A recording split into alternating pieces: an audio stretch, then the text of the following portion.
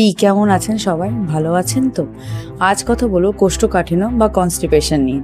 এই সমস্যাতে শুধুমাত্র বয়স্করা যে ভুগছে তা নয়, বাচ্চা এবং কম বয়সীরাও কিন্তু সমস্যার সমানভাবে ভুক্তভোগী।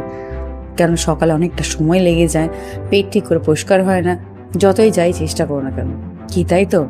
আর এই সমস্যা থেকে রেহাইও তো পেতে হবে। তাহলে চলো জেনে নিই সেই সহজ পদ্ধতিগুলো যেগুলো একটু মেনে চললেই আমরা কিন্তু এই কোষ্ঠকাঠিন্যের মতো সমস্যা থেকে একটু হলেও রেহাই পেতে পারি। আমি ডায়েটিশিয়ান দেবারতী, তোমাদের স্বাগত জানাই আমার চ্যানেল খাদ্য রহস্যতে।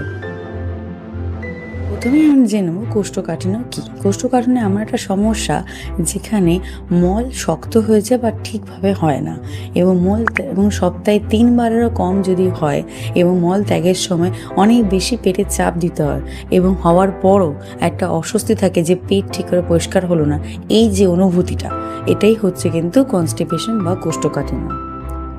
এবার আমরা জেনে নেবো কনস্টিপেশনের লক্ষণগুলো কি, মানে কোন লক্ষণগুলো দেখলে আপনি বুঝতে পারবেন যে আপনার কনস্টিপেশন আদৌ হয়েছে কি হয়নি। প্রথম, আপনার মল খুব শুষ্ক আর শক্ত হবে। দ্বিতীয়, মল ত্যাগের সময় পেটে যথেষ্ট চাপ প্রয়োগ করতে হবে। তৃতীয়, সবসময় একটা অস্বস্তি বা পেট ব্যথা হবে। তো মল ত্যাগের পরও আপনার মনে হবে যে পেট ঠিক করে পরিষ্কার হলো না। এই লক্ষণগুলো যদি থাকে তাহলে আপনি বুঝতে পারবেন যে আপনার কনস্টিপেশন দেখা দিচ্ছে।